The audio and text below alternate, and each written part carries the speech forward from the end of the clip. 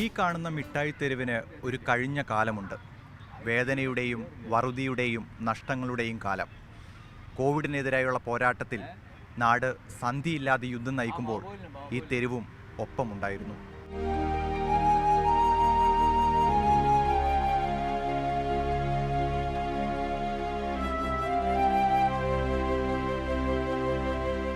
Covid കാലത്ത് കുറേ ഭയങ്കര ബുദ്ധിമുട്ടാന്ന് പറഞ്ഞാലും കൊണ്ട് പറയാൻ 10 പൈസക്ക് ഗതിയില്ലാത്ത ഒരു സാഹചര്യത്തിലാണ് ആയത്.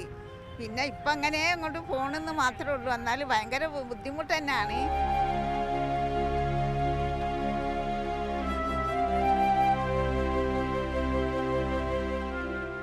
മനുഷ്യമുഖങ്ങൾ മാത്രമല്ല, ഓരോ കടമുറിയും ഇരുമ്പുമറ കൊണ്ട് അടച്ചുവെച്ചു.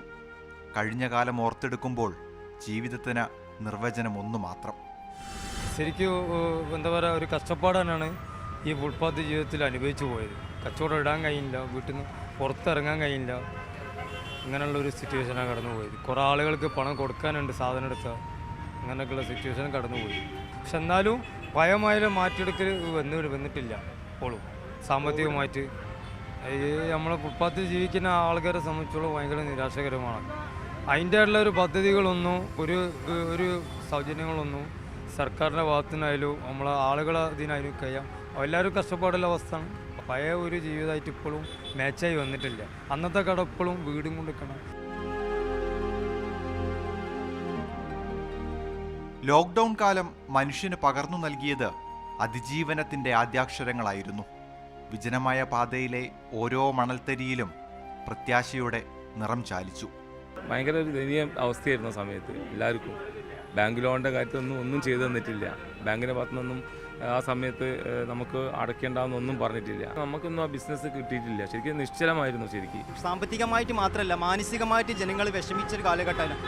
ആരെയും സഹായിക്കാത്തൊരു സമയം, തിരിഞ്ഞു നോക്കാത്തൊരു സമയമായിരുന്നു. വരുമാനമൊന്നും ഇല്ലായിരുന്നു, കട അടച്ചിട്ടതാണ്. കാരണം നടക്കുകയാണെങ്കിൽ ഗോൾഡിൻ്റെ ഇത് നോക്കുകയാണെങ്കിൽ ഇപ്പോൾ ലാസ്റ്റ് ടൈമാണ് നമുക്ക് തുറക്കാൻ അനുമതി വന്നത്. ബാക്കി എല്ലാ കടകളും തുറന്നിരുന്നു. കാലമേറെ കടന്നു. ഈ മീനമാസ ചൂടിലും വിയർപ്പ് പറ്റാതെ വിപണി സജീവമാണ്. കോവിഡ് ഉണ്ടാക്കിയ മുറിവുകളെ മാറ്റി നിർത്തി യാത്ര മുന്നോട്ട് തന്നെ. ജോം ടി കെക്കൊപ്പം ആശം സിദ്ധാർത്ഥ്, മാതൃഭൂമി ന്യൂസ്, കോഴിക്കോട്.